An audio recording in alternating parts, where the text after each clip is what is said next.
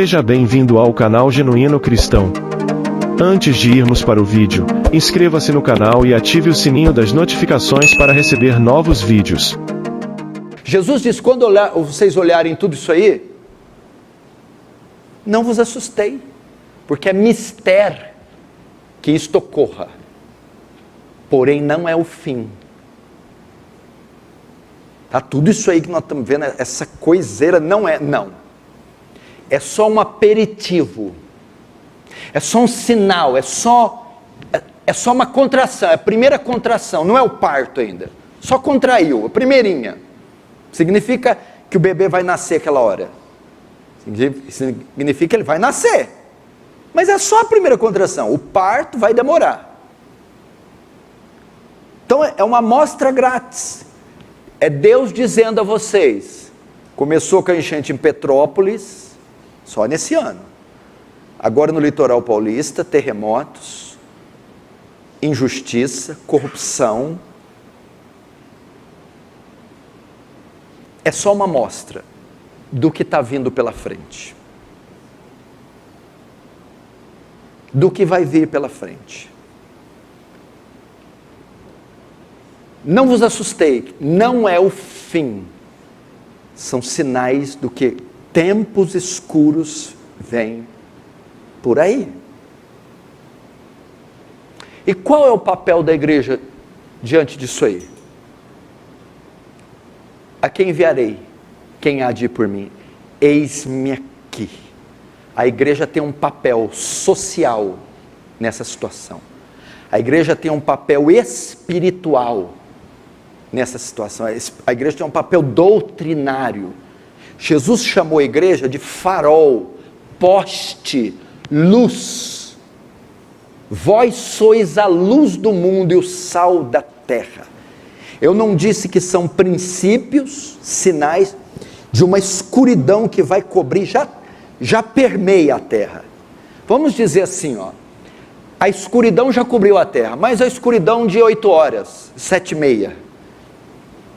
Vai chegar o tempo da escuridão de meia-noite.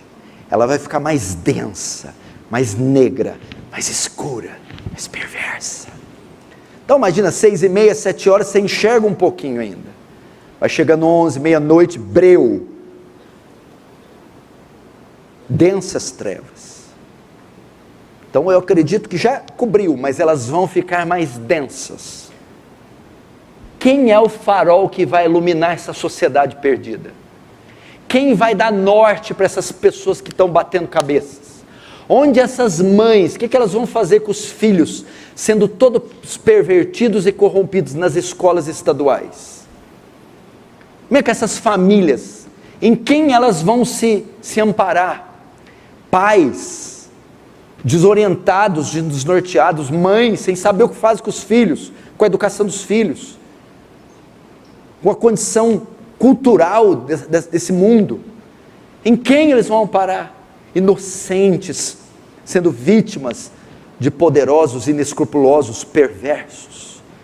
Essas pessoas vão se afundar no engano, na cegueira, na iniquidade, na devassidão.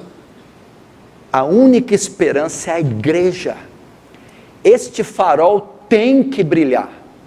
Esses crentes têm que ser enviados nesses rincões para brilharem. Quem enviarei? Quem há de ir por mim? Eis-me aqui. O avivamento produziu nele mudança, produziu nele uma reação. Ele quis se candidatar a ser um emissário do Senhor para mudar o estado daquele lugar. Prontidão em servir, pregar a palavra, ajudar pessoas. Atos aconteceu a mesma coisa, o próprio Jesus. E quando que Jesus veio? Quando que os apóstolos foram enviados a Jerusalém, Judeia, Samaria e os confins do mundo? Num tempo como o nosso. Quem era o império na época que Jesus veio? O Império Romano.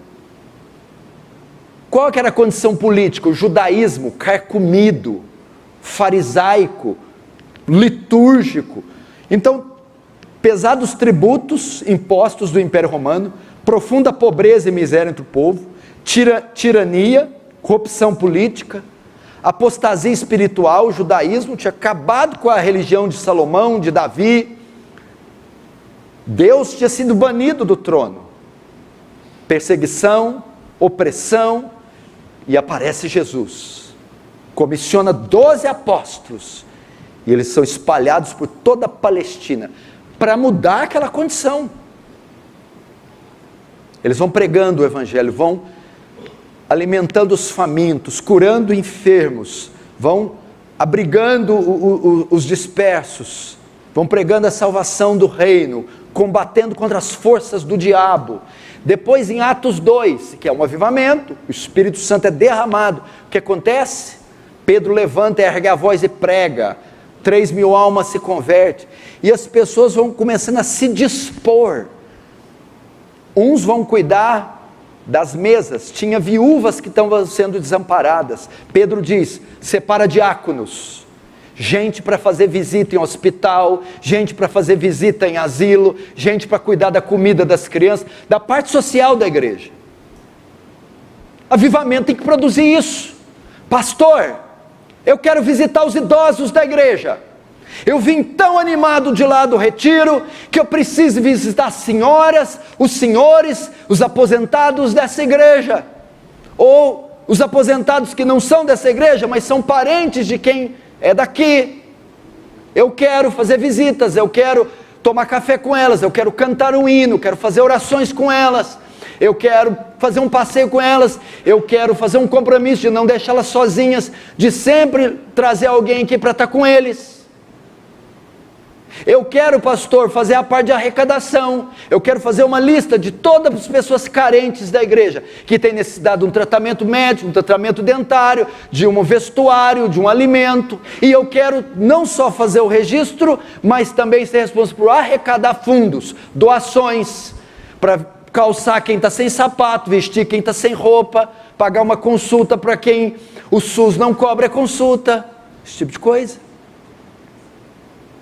Eu quero me engajar nessas coisas, quero me envolver, eu quero ir na escuridão e brilhar. Eu quero trabalhar, pastor, para o reino. Quero envolver no grupos de evangelismo, visitar hospitais. Precisamos fazer isso.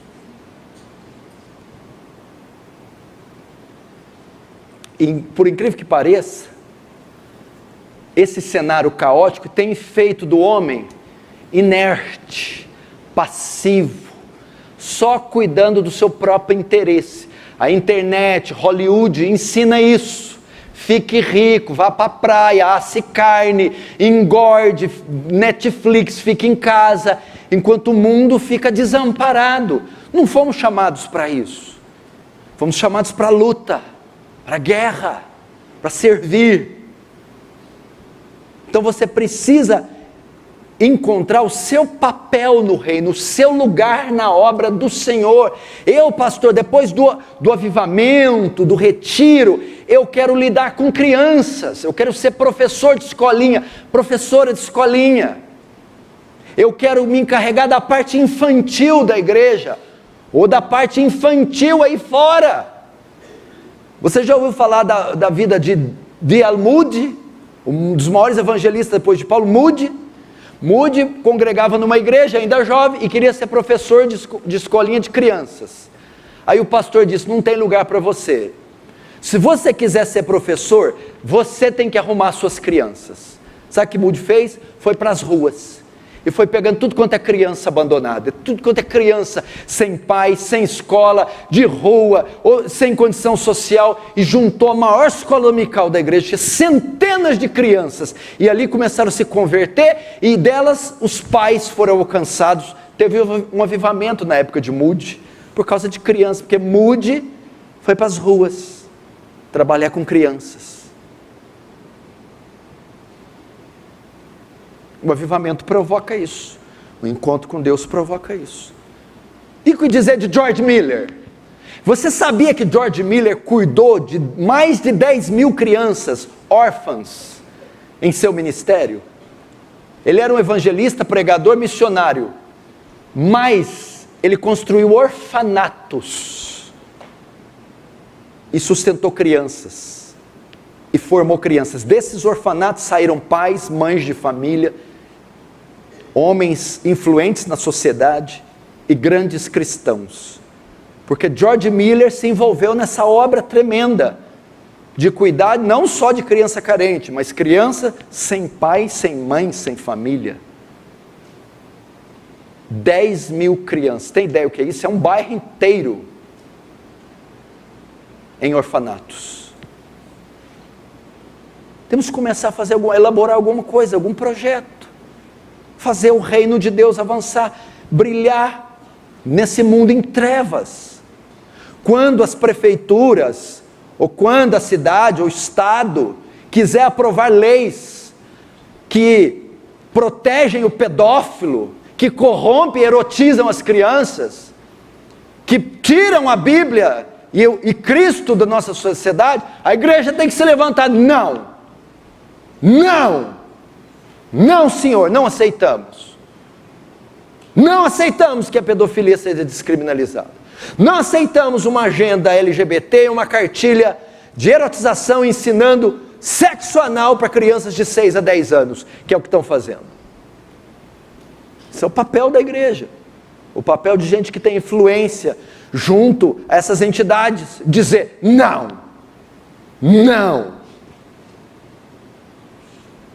É isso que produz. Se você estudar a história de Wilberforce, foi conhecido por quê? Lutou a vida inteira pela abolição da escravatura. Era um cristão, um homem de Deus, que lutou nessa frente. William Carey, o grande missionário que deu origem ao nome do nosso colégio, Colégio William Carey, foi como missionário para a Índia. Lá tinha uma prática do quê? A prática do sati, que faziam sacrifícios humanos, queimavam gente. William Carey lutou junto ao Congresso indiano para abolir essa prática, e ele morreu e conseguiu que isso fosse abolido, para não sacrificar mais humanos. Sal da terra, luz do mundo, e a gente preocupado com a nossa maionese no domingo, preocupado com a maionese e de ver o ridículo Faustão, o Gugu, nem sei o que mais que tem lá, e o mundo morrendo.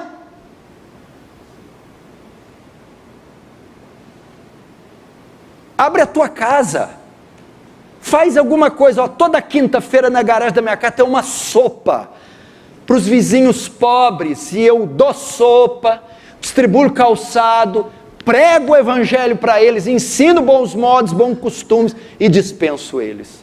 Está aí uma coisa para se fazer.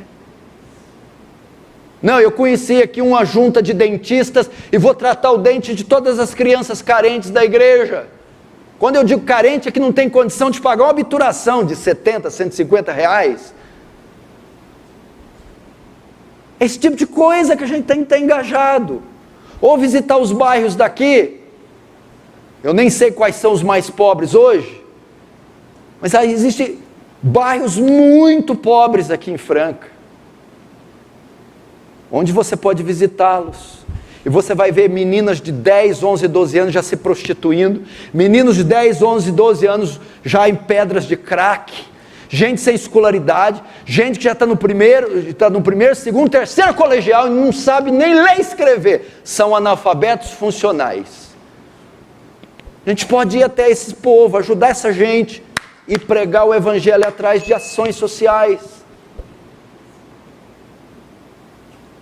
Então aí, quem que vai fazer? Não, isso aí é problema da prefeitura, do governo do estado, do governo federal, mas meu amigo, primeiro, são incrédulos. O único interesse deles com a população carente é voto. O único interesse dessa gente com a população que está à margem da sociedade, o índice de pobreza, o único interesse é marketing. Estamos preocupados com essa gente. E quem está, não é com interesses legítimos, tem o coração caído. É a igreja de Cristo que tem que ir até esse povo e se preocupar com eles. Tanta coisa para fazer. Não precisa ir na África, não. Tem Veracruz aqui, tem Aeroporto 3, tem Aviação, tem outros nomes que eu esqueci, de bairros de periferia mesmo.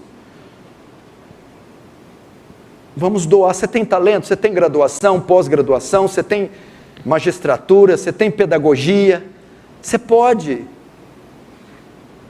ajudar quem é analfabeto, ajudar um a falar um idioma. Você pode socorrer esse mundo com seus dons e talentos, começando aqui dentro da igreja. Agora, que não dá é para ficar 3 horas jogando PlayStation todo dia. O que não dá é ficar 6 horas vendo esses filmes sem fazer nada.